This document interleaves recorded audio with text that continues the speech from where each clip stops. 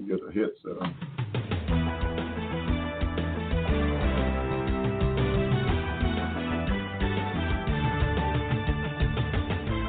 Fulfill Radio, a voice you can trust. Broadcasting live presents Two Guys and a Bible with Don Preston and William Bell. Join us each week at 7 p.m. Eastern, 6 p.m. Central as we bring you exciting, sound, challenging, and comforting messages regarding the end times. Thank you for tuning in today. Don Preston is the founder of Preterist Research Institute, or PRI. Don is a prolific author, having written and published 19 books, a host of audio and DVD studies, and is a debater and defender of the full preterist view. His websites are BibleProphecy.com, Eschatology.org, and DonKPreston.com. William Bell is the founder of AllThingsFulfilled.com Ministries and has a website bearing the same name, and has authored 3 books, audios, and DVDs. He has published hundreds of articles and recordings. And now, ladies and gentlemen, welcome to Two Guys and a Bible broadcast with Don Preston and William Bell.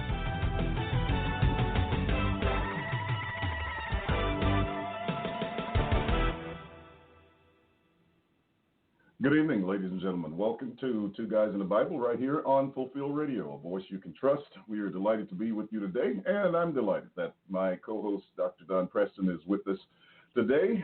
He was out on last week, but he has returned, and so we are grateful to have him here. How are you doing, Don? And hope you're rested up and ready to go. Well, I'm absolutely not rested, I can tell you that. You know, sometimes you get so tired, you just feel tired on top of tired on top of tired, and that's kind of the way I am. We, as I started to tell you before we came on air, we left Estes Park, Colorado yesterday morning about 6:30. We did not get in until about 9:30 last night. Our GPS, somewhere out in Colorado, told us that there was major construction, that we had to take a detour. It sent us on a 250-mile detour. And it took us, and I kid you not, it took us on highways 109 and Highway 160. I did not know that there were still such desolate, empty, absolutely nothing areas left in the United States. We would travel for up to 10 miles. We're talking straightaway stretches that, you know, if a guy had a hot rod, he would just be bound and determined to loosen it up and see how fast it would go, because there's absolutely no one out there. But we would travel for as many as 10 miles without seeing a single other vehicle. It was just, it's like, okay, we're sure going to hope that we don't break down out here. And naturally, we had no phone service out there. So if you break down out there, it's like, my goodness gracious, we're going to be sitting here for 3 days before anybody drives by. But anyway, we finally got back on our road. We got within 45 miles of the house, and it was about 9 o'clock, and a doe deer decided to commit suicide with my truck. And I was about 60. Oh, yes. We were going a little over 65 miles an hour. It had turned dark, of course. It was just in that gray area between dark and light. And I saw movement out of my left-hand side and immediately recognized it for what it was going to be, and I started hitting the brake, and one deer was in lead. I managed to swerve and to hit her. Well, all the while, I was telling my wife, I said, you know, it's absolutely amazing how many things can go through the human mind all in a split second. You know, it's like, there's a deer, got to swerve, da-da-da-da-da-da, and then just as I missed the first one, I was immediately thinking, there'll be another one. There's got to be another one. They always travel in pairs or more, and sure enough, here comes this other one, and she was in full tilt boogie. I mean, she had panicked, completely panicked, and she was bound and determined to get across no matter what. And, of course, by this time, I'm full on my brakes. I mean, I'm coming down as hard as I can. And I had already swerved so much that I felt like if I swerved anymore, it would be an overreaction. And overreacting is for certain to get you killed in situations like that. You're going to go, off into the tules, and you're going to hit trees and fences and all that kind of stuff. So I knew I'd already swerved as much as I could swerve, but I was hitting the brakes as hard as I could, and she made it to the passenger side, and I hit her. And I hit her hard, and it did about $5,000 worth of damage to my truck. So, man, yeah. Thankfully, when I hit her, she didn't come up. Do what now? I said, don't you hate that? Oh my goodness! You can't hear me? Yeah, I can now. But I told Jan, I said, here's the irony of this. Altogether, we put almost 2,400 miles on the truck, right? And we were in Estes Park, Colorado, and there were elk all over the road. We didn't even come close to hitting an elk, thankfully. And we get within 45 miles of home, and we hit a deer. After driving all that distance with virtually no incident whatsoever, this deer runs out in front of us, and it's just one of those type of things. It's the very first time in my life I've ever hit a deer, and I've lived in deer country most of my life, and you're constantly hearing of people in this part of the country killing deer, hitting them, or you're driving down the road, and lo and behold, there's a dead deer that somebody hit. So it's not at all uncommon. And I can't tell you the number of times that I have personally seen deer and had to avoid them, but never, ever, ever was it like that last night. I mean, it was just, there it was. And I've got pretty fast reactions, even for someone my age. And I managed to hit to miss the first one. And so I thought, okay. And then, boy, here comes the flash. And there was literally not one thing I could do about the second one. She was just there, and we stopped, went about a half a mile, pulled over. Wasn't any other traffic out there. Jan said, we better examine it, see what it looks like. And of course, it's dark. And I told her, I said, well, we can't tell all that much about it. I was watching the gauges. The radiator was not overheating, all of that. There were no service lights come on. I said, I think we're okay. But anyway, got out, looked at it, and I said, well, probably between $1,200 and $1,700, $1,500 to $1,700 worth of damage. But again, it's dark, and I can't really see. The minute I walked out this morning and stood in front of the truck, I'm going, uh-oh. This is not going to be $1,500 to $1,700. This is going to be a lot of money. And sure enough, took it to two different body shops, and it's a good chunk of money. But it is what it is, Well, I'm sorry. The great thing about it is, when I hit her, she didn't roll up on the top of the car and try to come in the window. Had we been driving Jan's car, or Jan's car is such a low slung car that it probably would have knocked her right straight up into the window. And I was doing probably 65, not quite 70. And if that deer had come through the window doing that fast, it could have been really, really a dangerous and threatening situation. Oh yeah. It sounds dangerous anyway when you talk about hitting an animal like that. I was coming from Dallas one night, and I saw one. I've never been that close to hitting one, but I mean, we have them here in Memphis too. As a matter of fact, there was a place down from our house on Winchester where there we always would see deer. So I mean, they're around, and fortunately, I haven't, and I hope I never do. But that is one of those situations that I'm sure you couldn't avoid, and I just hate that it happened.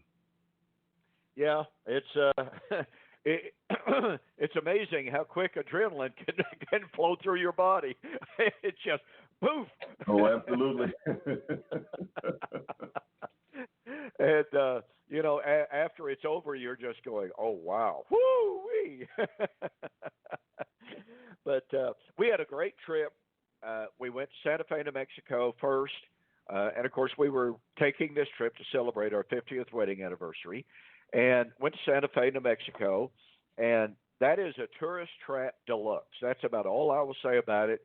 It's a beautiful setting, a beautiful city, and it's just it's just one tourist store after another. And as I've said many times, I'm not a very good tourist. I'm not a great shopper. I can't say that for my wife now. I must say she's a great tourist. She's a great shopper. So, but nonetheless, let's see.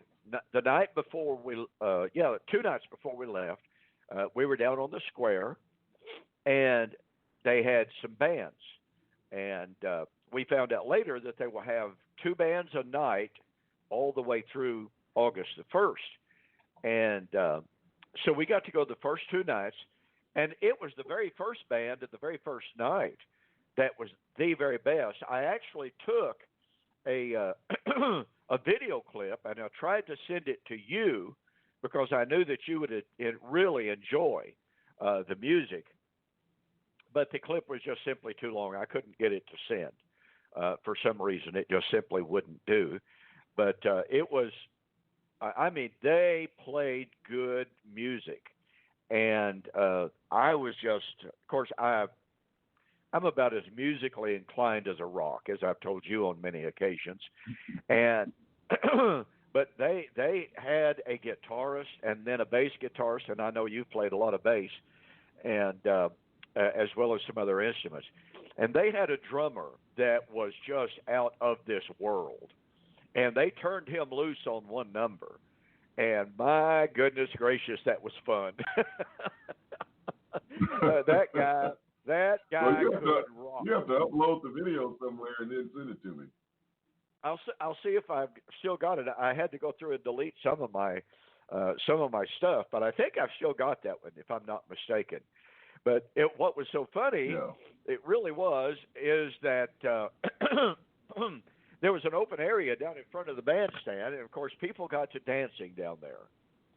And I walked up beside one guy. He and I started visiting just a little bit, talking about how good the music was and what have you. And I said, well, there's an old saying that says, it is better that people think you a fool than it is to open your mouth and to prove them true. I said, I would modify that just a little bit and say, it is better for people to think that you have no rhythm than it is to get out there on that dance floor and to prove that you have no rhythm.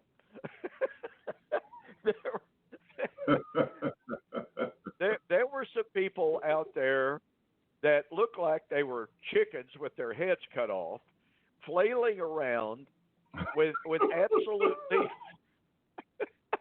with no rhythm, no rhyme, no grace in their movements. They were just jerking around. And he looked at me and he said, you know what? You are absolutely true, and I think I see who you're talking about.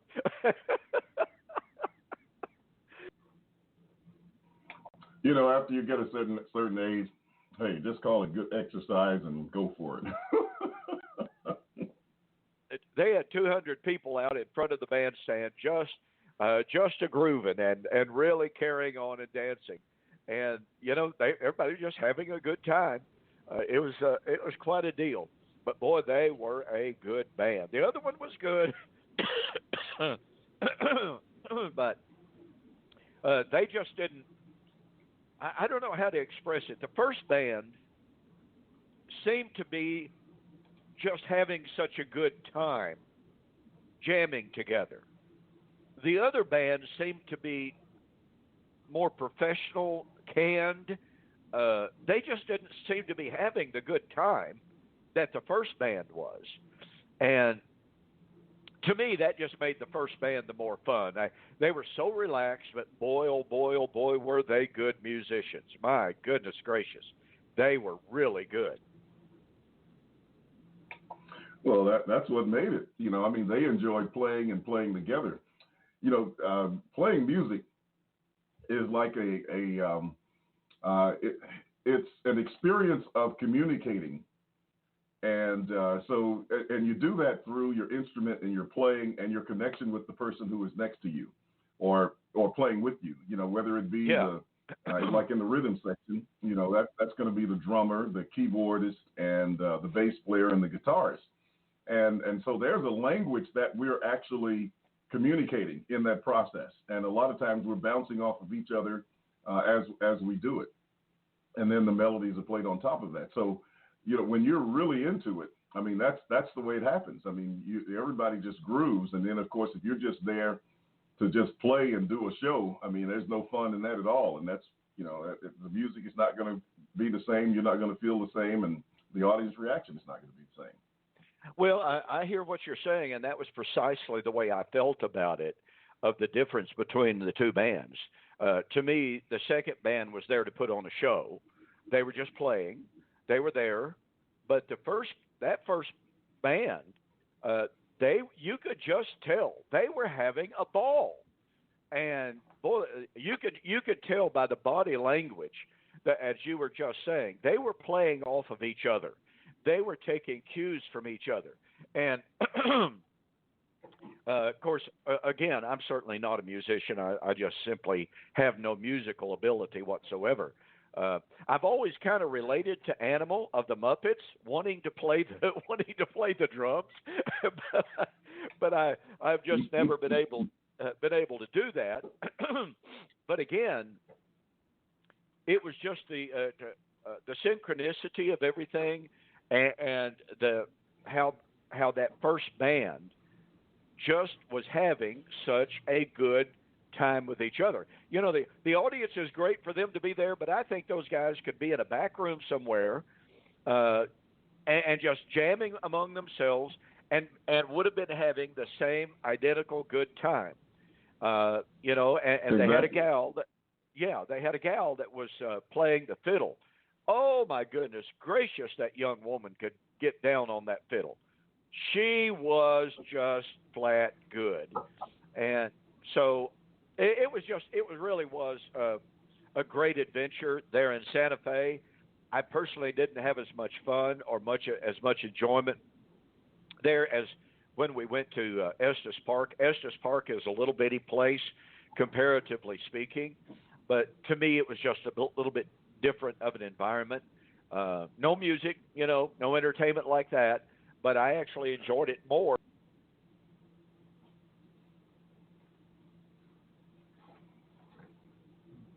Something happened to you, Don. For one of our anniversaries, and so it was very, very enjoyable. Well, that sounds great. Glad you were able to get away. Leora and I took just a little short weekend trip down the road just to relax and clear our heads. She did get some shopping in, and I think that was the highlight of that trip. She went shopping 2 or 3 times. But other than that, I mean, it was good. So we got some things planned in the future, but I only had a little bit of time to just, kind of get away. But again, it was very relaxing. It's always good to be able to do that and just enjoy yourselves. So, if you have quite an extended, trip and opportunity to relax, enjoy yourself, and, do some things that were just, enjoyable and cultural experiences, that's very good. So happy for you. Yeah. And I know you're excited, ready to go and get back in the saddle. Good. Well, I'm going to be back in the office in the morning. I had some necessary things I had to get caught up with today for sure. I'll be back in the office in the morning and doing some experimenting with filming and what have you. Speaking of which, I do need my intro and outro. I hope those are finished by now. And so I'm really getting keyed up and primed up and everything to go on the air for the TV program. I understand that you're already having some good response to you being on air, so really excited about that. But I've got a lot to do to get ready to be on the air. Right. We should have, I know one is already prepared, and I'm checking with them to make sure that the other one is done. So I'll send that to you, and we will see how it works. All right. Very, very good. Well, I obviously did not have anything planned for tonight. As I mentioned at the very beginning, my tired is tired. I'm just deep down exhausted still. When I went to bed last night about 10:30 or whatever it was, I didn't wake up, and you know me, William, but I didn't wake up this morning until 6:15, 6:30. And for me to sleep that long is just literally, I just don't do that. But Jan said, I literally did not move all night long, not one time. She said, I didn't turn over, I didn't flip-flop. She said, I literally did not move. So I knew that I was tired, and I'm still tired. I'll probably not move a whole lot tonight either. But was there something that you covered last week that we could pick up on for this evening's program and kind of carry on from there, or what do we want to do? Well, what I talked about last week was actually, does all mean all?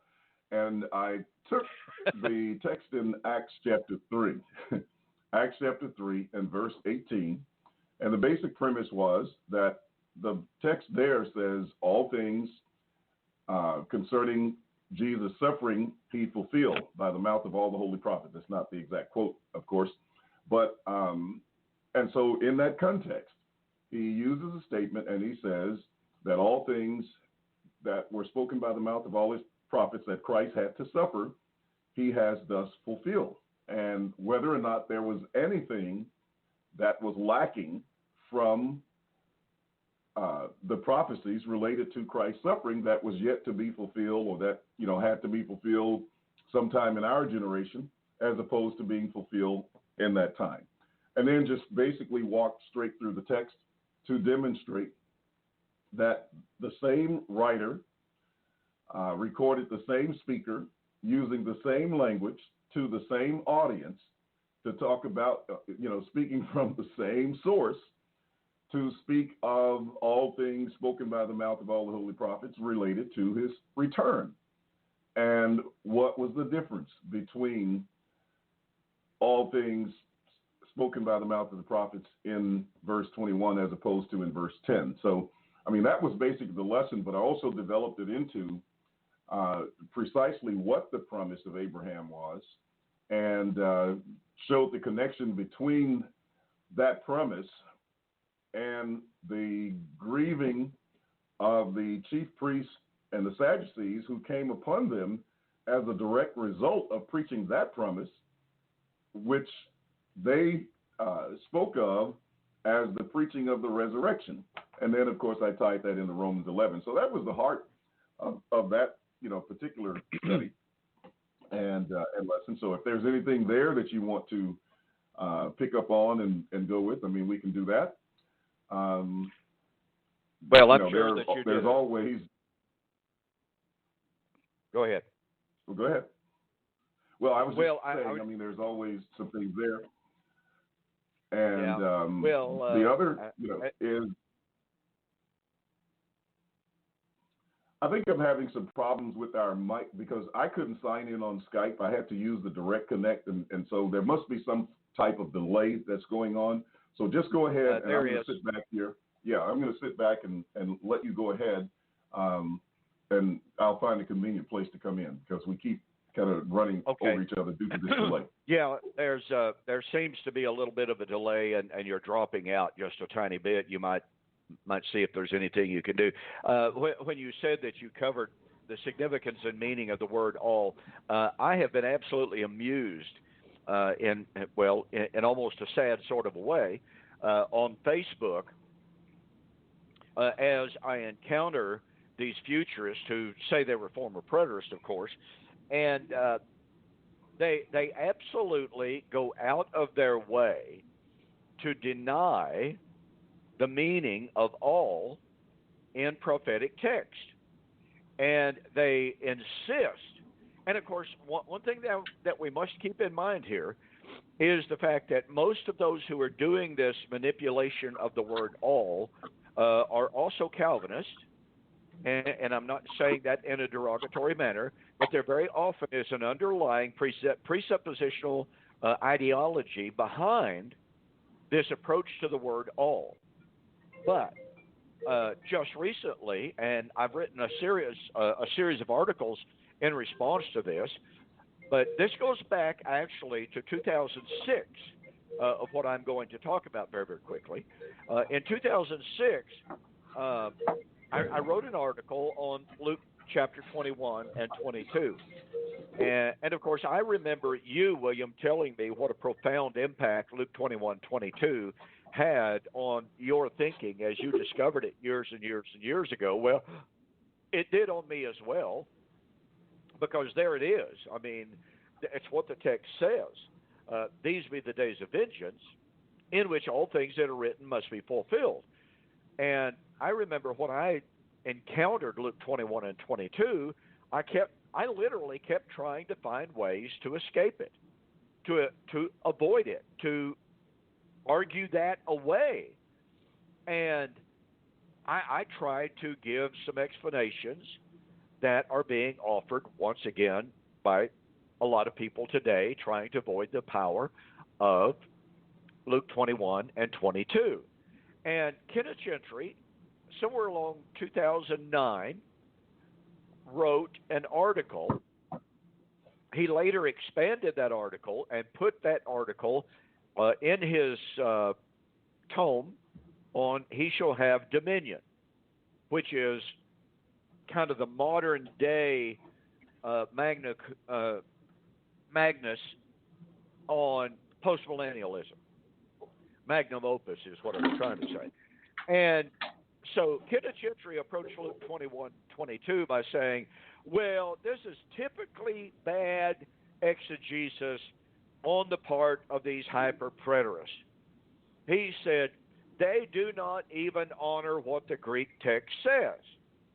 And he takes note that in the Greek, it is, these be the days of vengeance, in which all things having been written must be fulfilled. And Kenneth Gentry says, well, see, the key to understanding what Jesus meant was that he was saying that all things written at the time that he made this statement, in other words, everything that's already been written before I'm talking to you right here, right now, all of those things will be fulfilled in the destruction of Jerusalem in AD 70.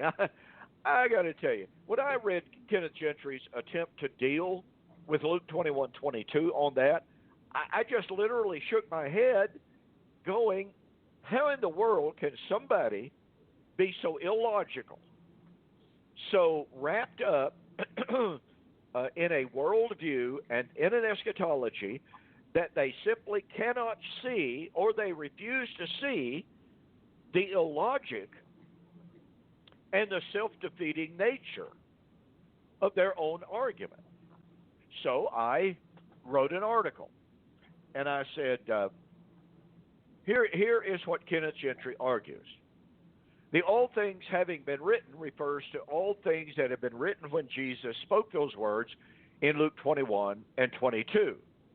What that means is it is all Old Testament prophecy. And I made the comment in that article. And by the way, folks, that article is posted on my website, DonKPreston.com. And I said, so Kenneth Gentry's argument is In the fall of Jerusalem in AD 70, all things having been written at the time that he spoke those words in Luke 21:22 would be fulfilled again in AD 70.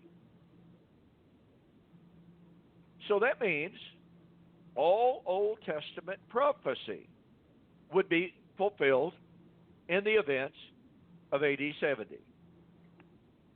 And I said in my article, I will gladly accept Kenneth Gentry's argument on this. But Kenneth Gentry obviously has not thought through his argument very well. Because I said, again in the article, all things written in the Old Testament would be fulfilled by AD 70. But in the Old Testament, it foretold the coming of the Lord, the judgment, and the resurrection. Therefore, since all Old Testament prophecy would be fulfilled by AD 70, and since the Old Testament foretold the judgment, the parousia, and the resurrection of the dead, therefore, the second coming, the judgment, and the resurrection were fulfilled by the time of the fall of Jerusalem in AD 70. Therefore, Dr. Gentry has completely and totally destroyed his own eschatology. Well, that was in 2009. Here we are today. Kenneth Gentry, to my knowledge, has never written a word in response to that article. But just recently on Facebook, a guy named Jason Bradfield, who is certainly one of the most caustic, hateful young men that you will encounter. Unfortunately, he actually is an associate pastor at some Presbyterian church, and I shudder to think of what it would be like to have someone like Bradfield on staff. He is so acerbic, so caustic, so hateful that I just can't imagine that. But all of that aside, he attacked me on Luke 21 and 22. And he said, well, one must admit that on a casual reading of Luke 21:22, it seems to support the hyperpreterist, that's his term, the hyperpreterist view. However, all one has to do is to look closer. And I was thinking, well, okay, he's going to take Gentry's view. But he didn't. If I were speculating, and it's nothing more than speculation, I don't have firm evidence or proof of it, but if I were speculating, I would say that Jason Bradfield knew of the article that I had written in response to Gentry and knew that Gentry's article simply would not stand up. It was weak, it was flawed, it was illogical. So Jason Bradfield took a different approach. And he said, the problem with Preston on Luke 21:22 is that he fails to see that the word all can be qualified. And that's what I heard that you were addressing last week in pointing out the fallacies of those who want to limit the word all in the context and to misapply the word all in those contexts. So, Jason Bradfield said what Preston fails to realize is the word all there, when Jesus said these will be the days of vengeance in which all things that are written, he said what Jesus meant there is that all things concerning the fall of Jerusalem, the days of vengeance on Jerusalem. That's the all of Luke 21 and 22. And of course, I'm sitting there reading that going, yes, you're exactly right. The problem of it is when you look at everything that the Bible has to say about what Jason Bradfield called the particulars. That was his word. He said that all things concerning the fall of Jerusalem and the particulars thereof were fulfilled in AD 70. In other words, everything attendant with the fall of Jerusalem was fulfilled in AD 70. And once again, I'm sitting there going, yes, I agree with that 100%. That's the whole point. So I began developing all of the, quote, particulars. I spent a couple of different articles, several actually, from the Old Testament, pointing out all of the constituent elements that the Bible attaches to the fall of Jerusalem in these Old Testament prophecies. You have the passing of heaven and earth. You have the Messianic banquet, the wedding, pardon me, the resurrection. You have salvation. You have the new heaven and the new earth. You have the kingdom. I mean, all of these are constituent elements that in the Old Testament are absolutely 100% connected to the fall of Jerusalem in the Old Testament prophecies. So now I'm coming to the New Testament. I'll be posting another new article tomorrow on my website based upon Matthew chapter 23. But when you look at the New Testament predictions, that like 99.9% of all biblical commentators say, yeah, that was a prediction of AD 70. Yeah, that's absolutely the fall of Jerusalem. Okay, when you look at all of these New Testament prophecies that the scholars admit and agree apply to AD 70, and you look at the particulars, again, to use Jason Bradfield's own words, that are connected with that event, then you soon discover, guess what? You're talking about the most fundamental of the eschatological tenets found in the New Testament. I mean, all you got to do is look at Matthew 21 and the parable of the vineyard. You have there, this is all about the coming of the kingdom of God. It's not only the judgment of the wicked husbandman and the taking away of the kingdom from them, but giving it to a different nation. And this is the time of the Messianic temple, as we have already discussed in this series that we'll get back to next week. And then in Matthew chapter 22, you have the constituent elements of the wedding of the Son, the kingdom of God, the avenging of the prophets. And so the point being that when you have someone like Jason Bradfield, who claims that he was a full-blown preterist for a good while, but I got to tell you, when someone writes today what they do, all the while claiming that they were a knowledgeable full preterist, it honestly makes me wonder how knowledgeable they were, how firm they were in their convictions about covenant eschatology. For someone to say that eschatology is in no way related to the fall of Jerusalem, it shows me that, number one, they're totally ignorant, and I say that as kindly as possible. They're either ignorant of what the Scriptures say, or number two, they have decided to simply turn their back on what they know the Bible does teach about the relationship between these eschatological and soteriological elements that are indirectly, or not indirectly, but inseparably tied to the fall of Jerusalem in AD 70. And so it's stunning on the one hand. It's shocking, and it's certainly sad when you read people like this make such ill-grounded, ill-founded, illogical, and unscriptural comments as to say, oh, sure, everything concerning the fall of Jerusalem and the days of vengeance and all of the particulars surrounding the fall of Jerusalem, all that was fulfilled in AD 70. That doesn't have anything to do with eschatology or soteriology. I mean, I'm sorry. That's just so horribly bad. And so that all gets back to what you said you covered last week, if I understood what you were saying correctly.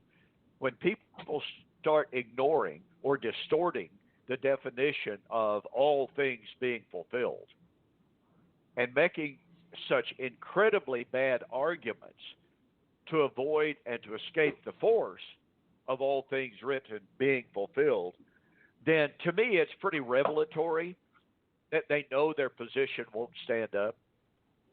It simply cannot stand up to the light of scrutiny. So I just wanted to toss that in. That's what came across in my mind, William, as you said you talked about the all of prophecy being fulfilled. Yeah, I mean those things. Whereas I didn't get into all of those specifics, but I mean they were definitely a part of it. But just dealing with the basic, fundamental argument, and especially comparing it with the all things that were related to the death of Christ. And I haven't heard a single person ever raise an issue that any single prophecy or prophecies that were related to the fulfillment of Jesus' death on the cross had not been fulfilled. None of them ever attacked the word all on that event. And so I did, carry it into the eschatological outgrowth of that because, that was definitely what was in the text. And touching resurrection, you thereby touch all of those other topics that you've just mentioned and more. And that's the conundrum that these guys fall into when they start trying to use that particular logic, like Joel McDermott did during the time of your debate with him and these guys that you and I debated on Facebook tried the same thing, and people constantly do it. I mean, I've had it happen several times in Hebrew Israelite debates, and they'll walk through the passages and claim everything was fulfilled except this and except that, and they got all these exceptions to all things being fulfilled. And it just shows you, as you were saying, the weakness of the position that they occupy and that they take on those particular passages. And it also shows you the strength of the statements that the Lord made regarding the fulfillment of all things. I mean, he couldn't have put it in any more succinct and comprehensive manner than the way in which he stated those things. And to see that all of those constituent elements that are part of the fulfillment of all things will fit that paradigm. I was listening to Michael. I think his name is Michael Heiser. Is that him? Michael Heiser. Yes. Yeah. Well, he did, it was about a 4-hour presentation, but I had to listen to him on double speed. But he was speaking about a lot of things that pertain to the time of the end. Now, he didn't take any solid position on anything, which is sometimes kind of characteristics of the way, some of the professors do when they approach these subjects. However, some of the things that he was saying was opening the door to people to examine the preterist view by pointing out some of those correlations that related to 270 AD and saying that they refer to the time of the end and the nature of those things. And what I really wanted to address was the fact that, he was saying that just because a passage may have a spiritual fulfillment doesn't mean that it's any less literal and real than looking at it from a physical perspective. And he was sort of comparing the dispensationalist view and with, and Christian Zionism with a little bit of the preterist view and views that see things from that perspective. And of course, he gave the illustration. He says, let's take God. He says, God is spiritual. He says, is he any less real than you are? So I thought it was a good illustration from that perspective.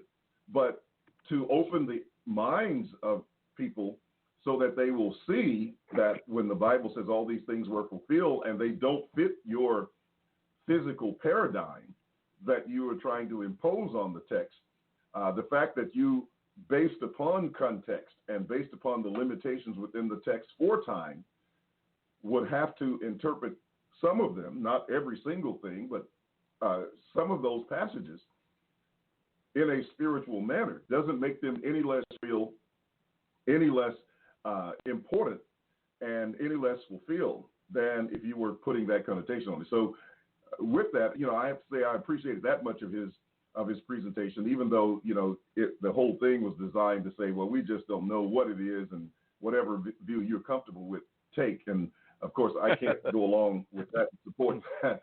But sometimes, you can hear people, offer something that is worthy in terms of their content. And I think, having that mindset when approaching passages that say, these are the days of vengeance when all things which are written may be fulfilled, because that was my first reaction when I looked at that verse.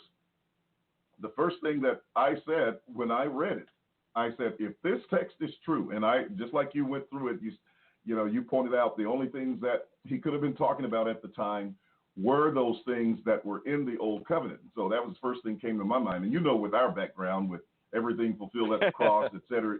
And right. So to read that text, that was one of the things that popped up. And, and I said, well, if this verse is true, it cannot be that everything was fulfilled at the cross.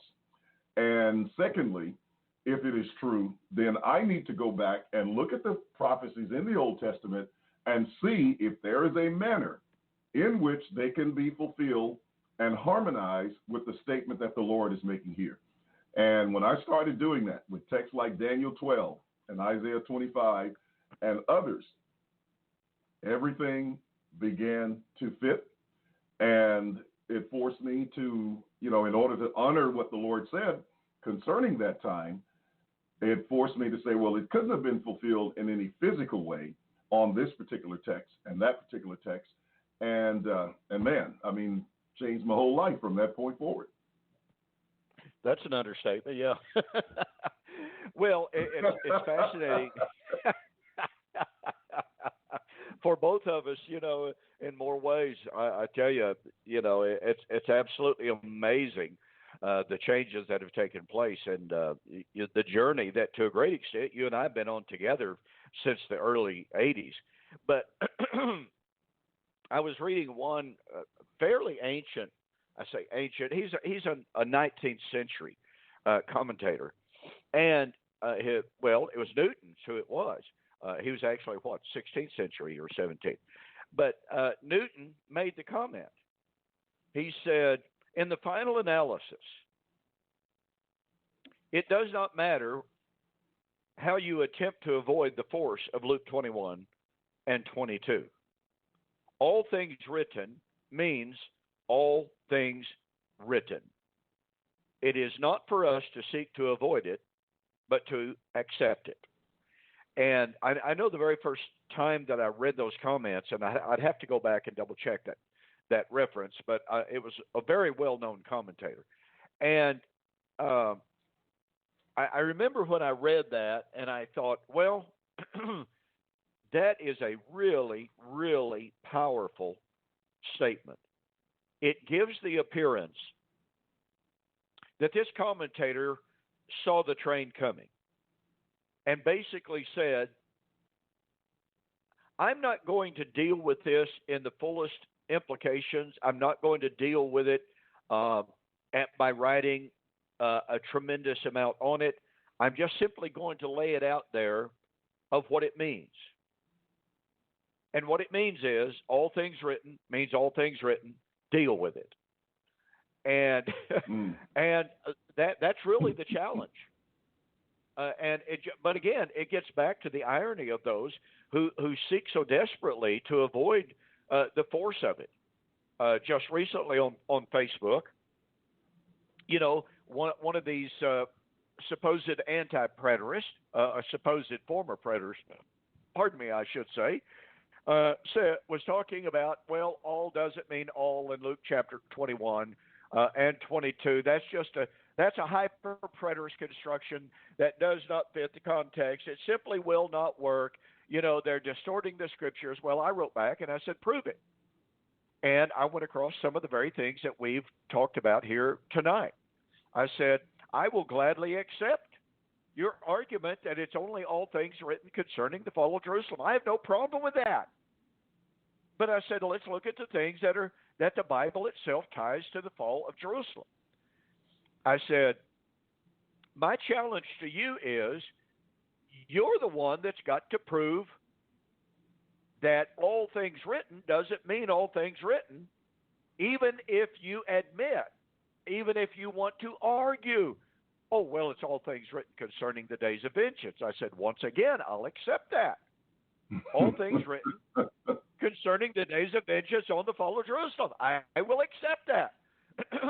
I said, I just told him, I said, it certainly seems to me that you see a train coming here. You realize that no matter what you say about the all things having been written, about the days of vengeance, and about the fall of Jerusalem, it's going to come back and to cause you to be a full preterist. And this particular individual likes to talk about the judgment a lot. And he said, oh, you see, Acts 17, 30, and 31, now that's the universal judgment. That's all men everywhere. See, all men everywhere. And I said, okay, that's fine. I said, let's talk about Matthew 16, 27, 28. Well, no. Matthew 16, 27, 28, that was AD 70. That was the judgment of Jerusalem. I don't have a problem with that. And I said, wait a minute. Let's back up here. I said, what did Jesus say? The Son of Man will come in the glory of the Father with his angels and shall reward every man according to his works. I said, now, you're trying to limit that to AD 70. Where do you find that in the context? And about that time, he completely deserted the discussion and decided that he didn't want to talk about that anymore. But that's what you find with these individuals. And as you mentioned my debate with Joel McDurmon, I mentioned in that debate, of course there are passages that define and limit the word all in those contexts. But you can't take that situation and to say, well, I found a passage in which all cannot mean all comprehensive, therefore all cannot mean comprehensive in this passage over here. I said, that's an illegitimate transfer of context. And Joel McDurmon scoffed at me using that idea as if you can use one text to counterbalance or to negate another text. Of course, that's just bad hermeneutic. You don't use one text to deny another one. You just can't do that. And so the attempts by the opponents of covenant eschatology to avoid the power of Scripture. Now, here we are. We're kind of running out of time already. But let's apply that to the subject before us in regard to the Messianic temple. We haven't talked about that specifically on tonight's program, but let's consider the concept of the prophecies of the Messianic temple and Luke 21:22. These be the days of vengeance in which all things, having been written, must be fulfilled. And by the way, I would like to toss this additional little thought out there.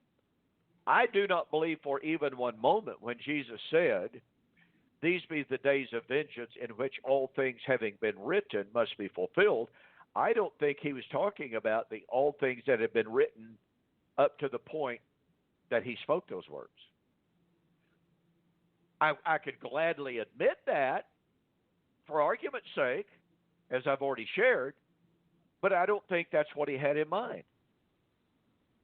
As William and I believe, and many others have come to believe it, I believe all of the New Testament books were written prior to AD 70. And I believe that that's what Jesus had in mind. That by the time of the fall of Jerusalem in AD 70, all things having been written by that time. Now, on one hand, it doesn't matter. Okay, let me make this point. Because as I have said on many occasions, I have said it in my books, there are no new eschatological promises in the New Testament. The promise of the resurrection, the promise of the judgment, the promise of the coming of the Lord, all of those were Old Testament prophecies found in Moses, the law, and the prophets, according to Paul in Acts 24:13 and following. So, to reiterate the point, you can easily say, you can gladly say, I will gladly admit for argument's sake, that all things having been written refers to the things that had been written prior to the time Jesus spoke the words in Luke 21:22. In reality, I don't think that's what he's referring to. I think he's referring to the totality of inspired revelation, written revelation, what we call our Bible, Old and New Testaments, would be written by the time of the fall of Jerusalem in AD 70 and would be fulfilled by that time. And one of the reasons I believe that, among many, many, many other reasons, is, everyone agrees that the time of the resurrection is the time in which all prophecy would be fulfilled. Isn't that correct, William? Isn't that what people believe? That's absolutely correct. I mean, that's where it all roads lead to the resurrection. Absolutely. All roads lead to the resurrection. Okay, since all roads lead to the resurrection, since everyone admits and agrees that the resurrection is the time when all prophecy would be fulfilled, then since Daniel chapter 12 puts the resurrection at the time when the power of the holy people will be completely shattered, then that means that all prophecy, not some, not a little, not even most, but all prophecy would be fulfilled by the time of the fall of Jerusalem in AD 70. And, of course, that's exactly what Revelation 10 and 11 teaches. But all of that aside, I'm simply pointing out here how important it is to allow the Scripture to interpret itself and how that's exactly precisely what we do on this program. But here's the point in regard to the Messianic temple. The Old Testament contains prophecies of the Messianic temple. We've been sharing a lot of those prophecies. Isaiah chapters 2 through 4, Isaiah 24 through 28, Zechariah 6, which we haven't looked at extensively yet, Psalms 118, 22 through 26. On and on it goes. So, when Jesus said, "These be the days of vengeance in which all things that are written must be fulfilled," guess what we've got? We've got Jesus stating, implicitly, of course, we've got Jesus stating that all of the Old Testament prophecies, including those of the Messianic temple, would be fulfilled by the fall of Jerusalem in AD 70. And I could already hear someone saying, no, see, this is all things written concerning the days of vengeance. Well, let's not forget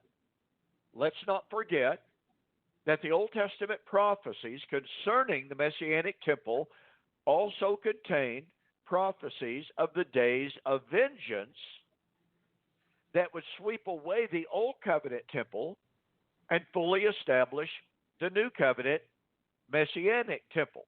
So once again, that caveat, that argument, you've got to limit the meaning of all, and you've got to limit it to just the days of vengeance. Well, I'm sorry, you cannot say things regarding the days of vengeance were fulfilled, but not the days of salvation, because salvation and judgment, salvation and vengeance go hand in hand in the Old Testament. They're synchronous events. And I developed this, by the way, extensively in my book, Elijah Has Come, a solution to Romans 11:25-27. So again, the power, the significance of Luke 21 and 22, when taken fully into context, when taken, absolutely fully into consideration, absolutely demands that all eschatological prophecies and promises were fulfilled by the time of AD 70. I mean, the passage is simply unavoidable. It doesn't matter if one is talking about the motif of salvation. It doesn't matter if you're talking about the tenet of kingdom. It doesn't matter if you're talking about resurrection. Look, folks, when I was a young man, I heard a very prominent minister in the Churches of Christ say, here's the way that you study. You pick out a subject, and you go to your Strong's Concordance, and you study just that subject. Now, that might sound okay. The trouble of it is, it fails to consider that kingdom and resurrection, kingdom and covenant, or resurrection and covenant, all of these are subjects and tenets and motifs and themes that are so interrelated to one another as to be absolutely totally inseparable. So we do ourselves a complete disservice when we try to say, well, I'm going to study all of the passages that deal with God's vengeance on Jerusalem. Now, that won't have anything to do with the coming of the kingdom. That won't have anything to do with Christ coming in glory and salvation. That's a total misunderstanding of the unity of Scripture and the unity of eschatology. And we will continue to develop that unity and harmony as we continue our discussion of the Messianic temple here on Two Guys and a Bible, on Fulfilled Radio, a voice you can trust. But with that, we're out of time. And so with that, I am going to say good night. God bless. Great to be back, William. Same here, Dunn. Thank you for joining the Two Guys in a Bible radio broadcast. On behalf of Dunn Preston and myself, we'd like to say have a very pleasant day and may God bless. Until next time, we'll see you on Fulfill Radio, a voice you can trust.